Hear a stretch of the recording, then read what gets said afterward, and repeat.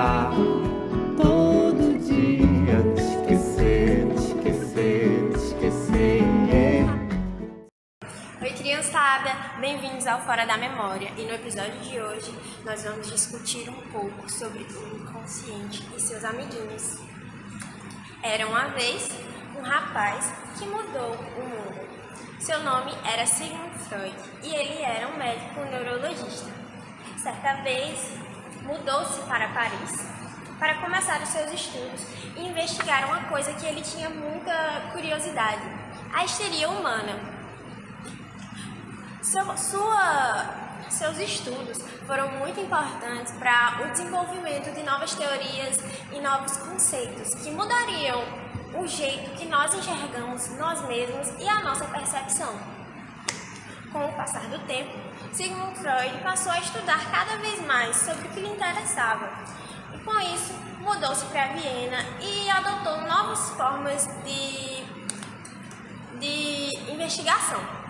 E foi a partir disso que ele descobriu uma criaturinha mágica que ela permanece dentro da nossa mente, quer queiramos ou não, e pode praticar algumas travessuras.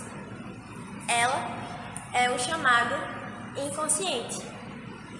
Esse inconsciente, ele atua na nossa mente de forma que muitas vezes não percebamos, mas ele interfere nos processos que a gente tem durante a nossa existência. Ele tem alguns amigos, e esses amigos são aqueles responsáveis por ajudá-lo nas suas peripécias. Seus amiguinhos, eles o ajudam a fazer as suas pegadinhas na mente das pessoas. Mas afinal, quem são esses amigos que ajudam o inconsciente a pregar peças na nossa cabeça? Vocês vão conhecê-los ao longo do episódio, então fiquem ligados. Olá, criançada!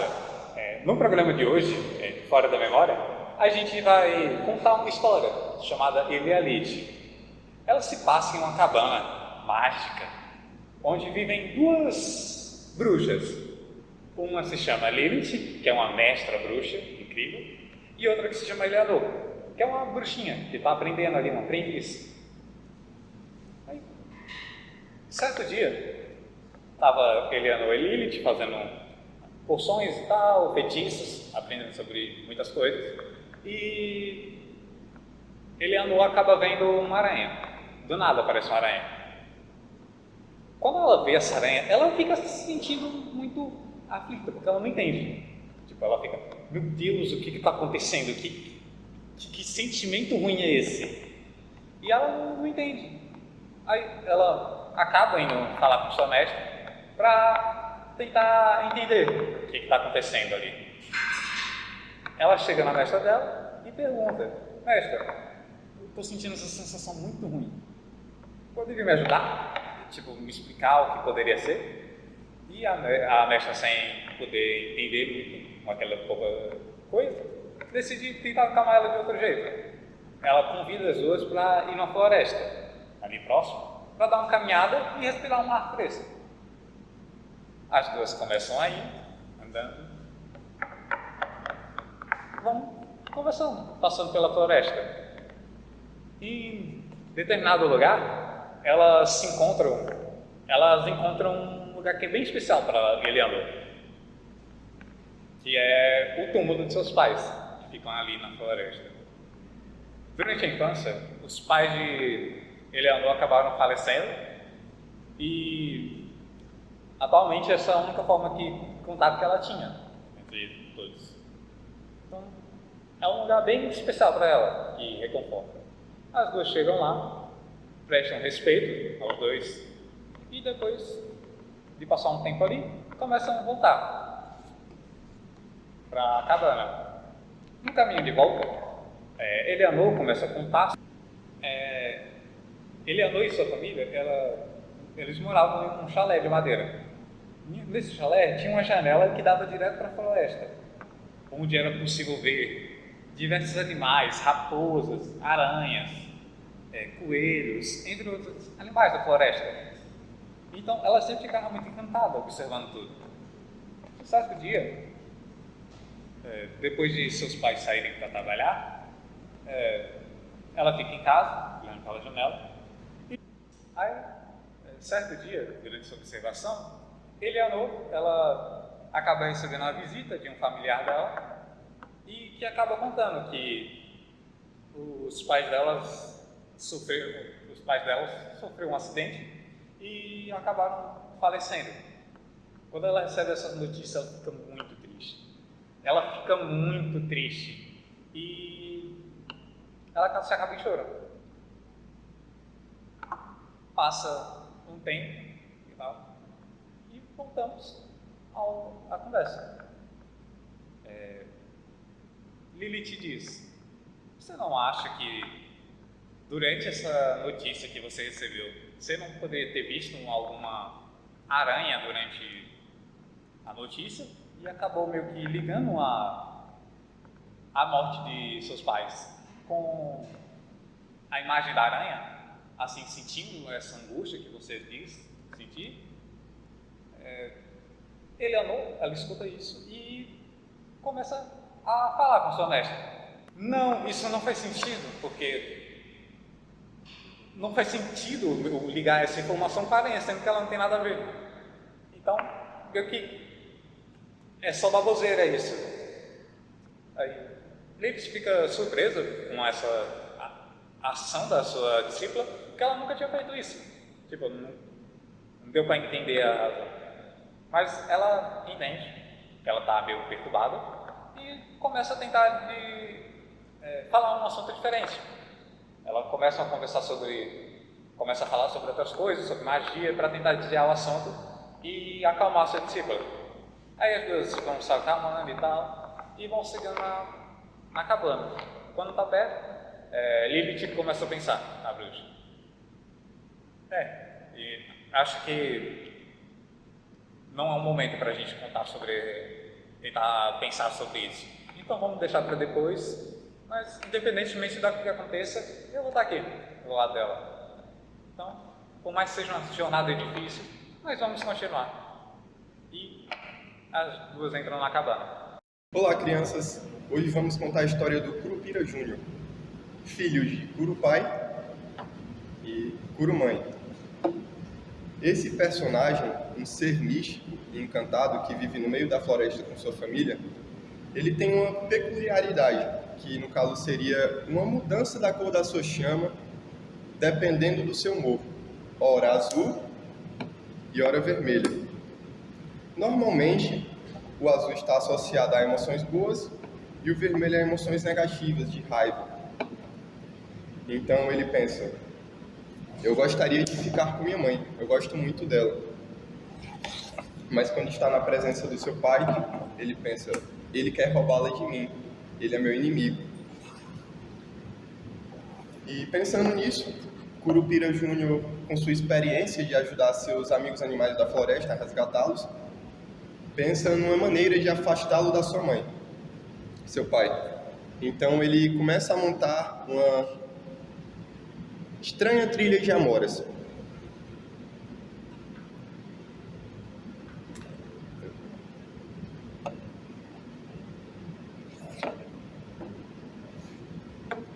Depois, Curupira Júnior começa a cavar um buraco, grande o suficiente para caber seu pai. Volta e meia, seu pai começa a seguir a trilha, encantado pelo cheiro das amoras, vai seguindo. Que delícia! Que delicioso!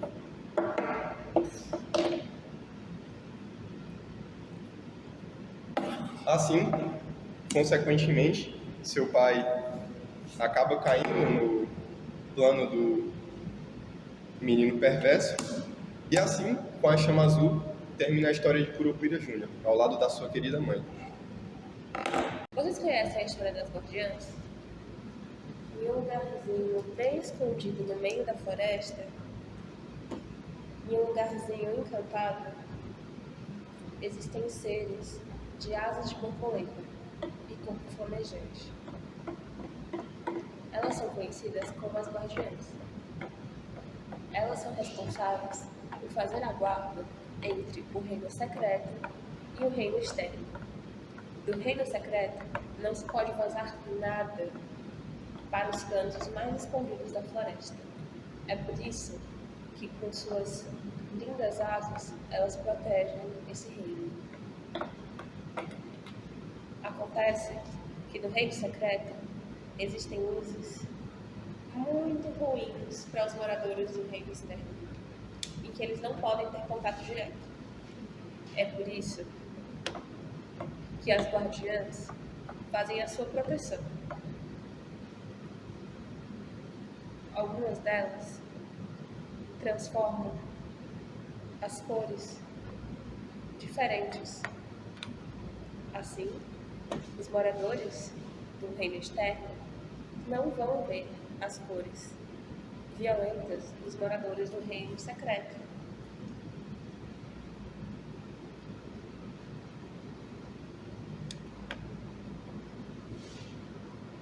Mas às vezes, os moradores do reino externo precisam se comunicar com os moradores do reino interno.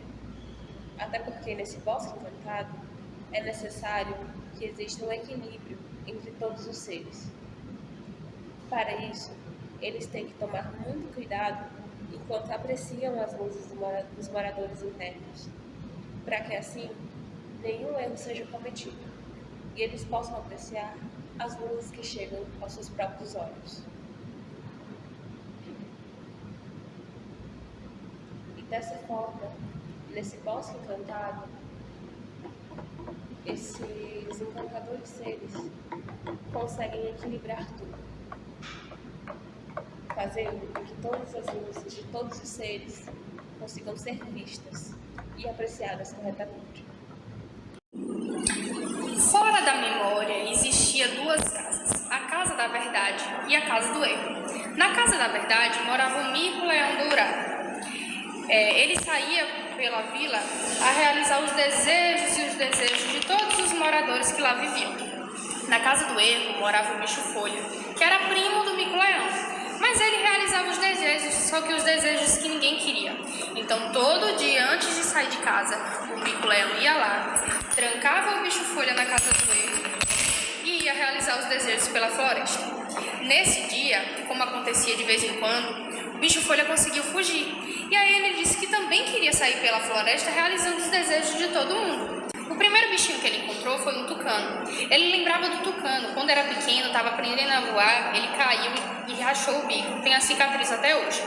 O tucano contou que estava indo visitar um primo, que também tinha caído e tinha quebrado o bico. Ele disse que estava muito preocupado e que queria saber como era que o primo estava se sentindo. Mas aí eles começaram a conversar, eles lembraram da época que jogavam peteca juntos, e tempo vai, o tempo passou, o tempo foi. E aí, quando o tucano se deu conta, ele já estava atrasado e nem sabia se ia conseguir visitar o primo hoje. Então o bicho-folha se despediu e seguiu o seu caminho. Até que ele encontrou José. José era um amigo do seu primo Mico, que estava chorando. Quando o bicho-folha perguntou o que aconteceu, ele disse que tinha quebrado a sua garrafa que o pai dele tinha dado. Era a única coisa que ele tinha do pai. O José era filho do boto cor-de-rosa. E aí ele estava esperando seu amigo Mico para ver se ele conseguia consertar a garrafa dele. Então o bicho-folha disse, não, peraí que eu vou tentar. Tentou, não conseguiu. Aí ele só pegou e disse, toma aqui, José, ó, já fiz o seu desejo, já está tudo realizado. O José continuou lá chorando e o bicho-folha saiu correndo antes que o primo chegasse para levar ele de novo para casa. E aí, nessa corrida, ele se deu no quintal da senhora Guaraná. A dona Guaraná estava toda contente, toda feliz, porque conseguiu plantar um pé de café no lugar do cacau dela que não tinha vingado. E aí ela disse, olha, bicho-folha, como o meu pé de café tá a coisa mais linda nesse caqueiro. Não demorou muito na conversa deles. Quem chega lá? O Mico.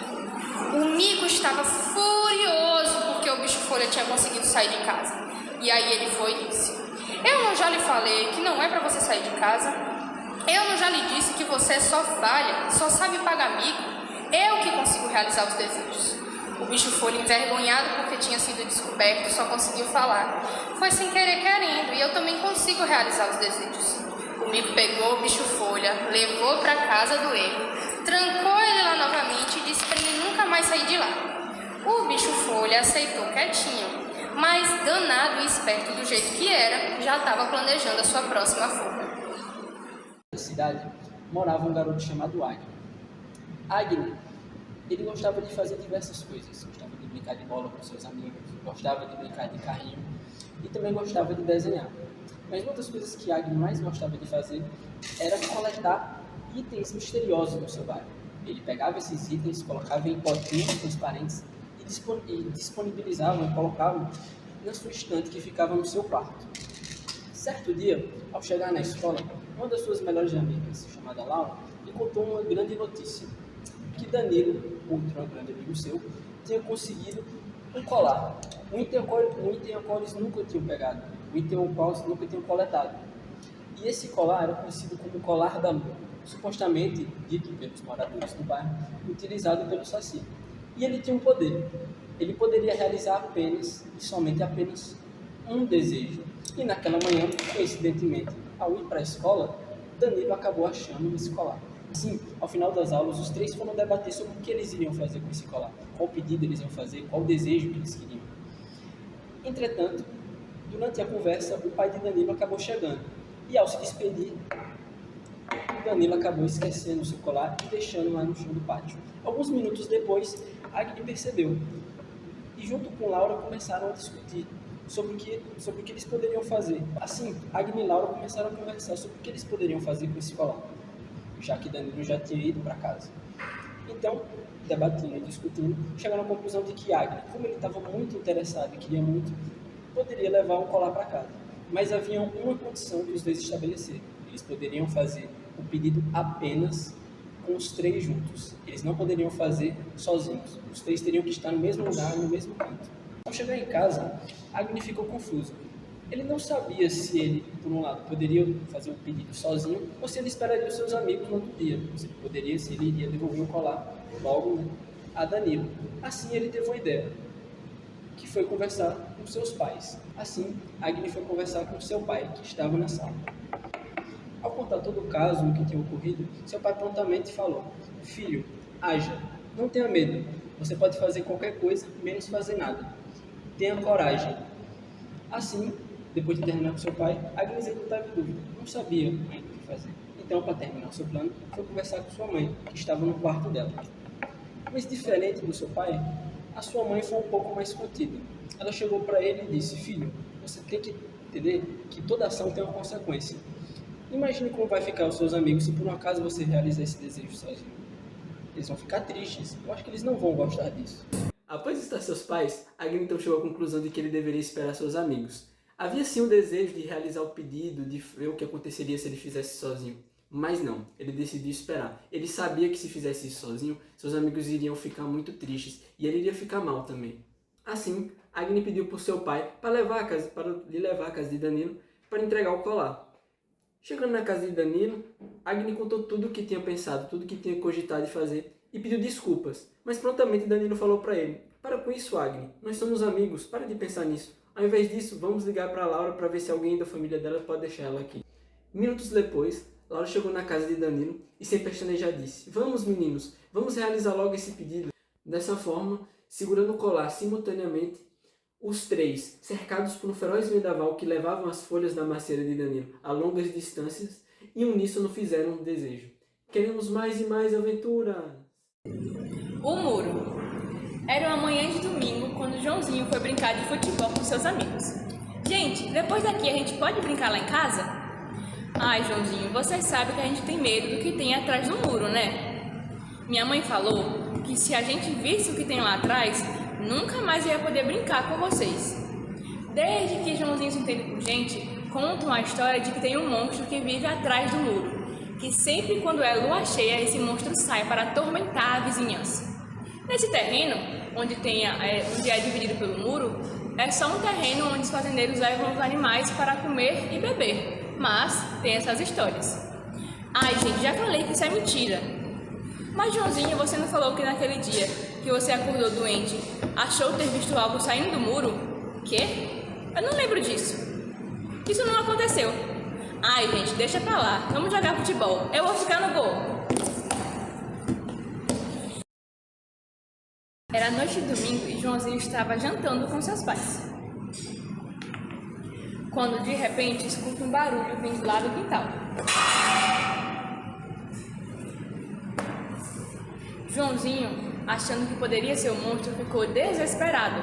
Então ele correu para fechar as janelas. Menino, o que é que você está fazendo? Ah, mãe, eu tô fechando as janelas e as portas, porque você sabe, né? O monstro pode vir aqui e atacar a gente, já que ele se transforma nos piores medos das pessoas. Que é isso, menino? De onde você tirou isso?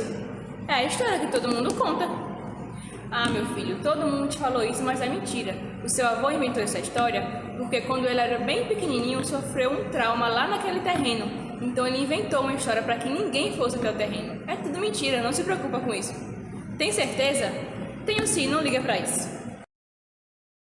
No dia seguinte, Joãozinho foi correndo contar pros amigos o que tinha acontecido. Gente, vocês não sabem. Meu pai falou que todas aquelas histórias eram todas de mentira. Então, o que vocês acham de ir lá em casa pra gente realmente descobrir o que tem lá atrás do muro? Ah, já que é tudo de mentira, vamos lá então.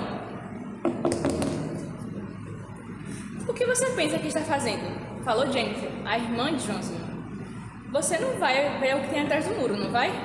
Claro que eu vou. Nós vamos lá, já que o papai disse que era tudo de mentira. Ah, Joãozinho, você não tem capacidade para ver o que tem lá. E se você ver, você não é capaz de suportar. Ah, para com isso, a gente não liga para isso. Tá, quem é que vai subir no muro? Ah, já que foi você que deu a ideia, por que você não sobe? Ah, tudo bem. Parece que Joãozinho não queria mais subir o muro. Talvez tivesse algo que impedisse ele de subir. Gente, eu lembrei que minha mãe fez bolo pra gente. Por que a gente não vai comer? Ah, é verdade. Vamos, Joãozinho. Por algum motivo, Joãozinho não quis descobrir o que realmente tinha atrás do muro, porque era muito mais fácil ele ignorar. Então ele simplesmente esqueceu daquela história e seguiu em frente. Não quis mais tocar no assunto do que realmente tinha atrás do muro.